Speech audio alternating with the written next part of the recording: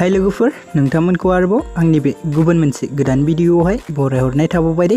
स' नोंथांमोननिसिम आसा खालामो भिडियोखौ जागायनायनिफ्राय जोबजासिम नायलांगोन होननानै। एक्चुअली नोंथांमोन बेबायदिनो बर'नि फैनो गोनां गोबां आबुं सावथुन आरो बर' एलबाम्सफोरनि बागै मिन्थिबाय थानो थाखाय नोंथांमोनहा गिबियावनो आंनि गोदान चेनेलखौ साबस्क्राइब खालामना खाथियावनो थानाय बेलनि आइकनखौबो अल प्रेस खालामना लाबानो जाबाय दे लोगोफोर, जाहाथे आंनि गोदान भिडियोनि नटिफिकेशनफोरा नोंथांमोननि सेराव थाबैनो सौहैदो लोगोफोर। एक्चुअली नोंथांमोनाथ' भिडियोनि टाइटेल एबा थाम्बनेलाव नायनानै मोनथिखाबाय जानांगौ दिनै आं मा भिडियोनि सायाव आपडेटखौ लानानै फैदों। स' लोगोफोर आं दिनै एसबि भिडियो बेनारनि आन्डाराव फैनाय आरो बिथां सुबर्ण बसुमतारीनि डाइरेक्शन होजानाय मोनसे आबुं बर' सावथुननि सायाव सुंद' आपडेटखौ लानानै फैदों लोगोफोर। स' लोगोफोर बे आबुं बर' सावथुननि टाइटेलानो जाहैबाय जोरदै लोगोफोर।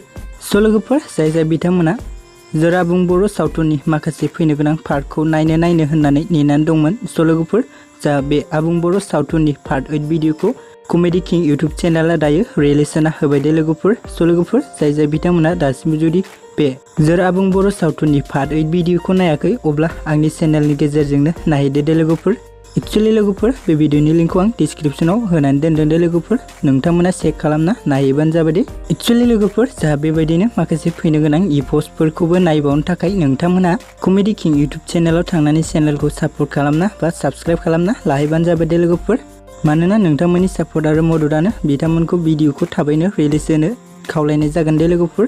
स' लोगोफोर बिदिब्ला दिनैनि आपडेटआ बेखिनियानोमोन दे लोगोफोर। एक्चुअली लोगोफोर माखासे फैनो गोनां इप'स्टफोरा जुदि थाबैनो रिलिज जायो अब्ला नोंथांमोननिसिम आं मोनसे गुबुन भिडियोजों आपडेट खालामना होगोन दे लोगोफोर। स' लोगोफोर जों बिदिब्ला साननैसो नेना थाथ'लायसै दे लोगोफोर, गोजोन्थों।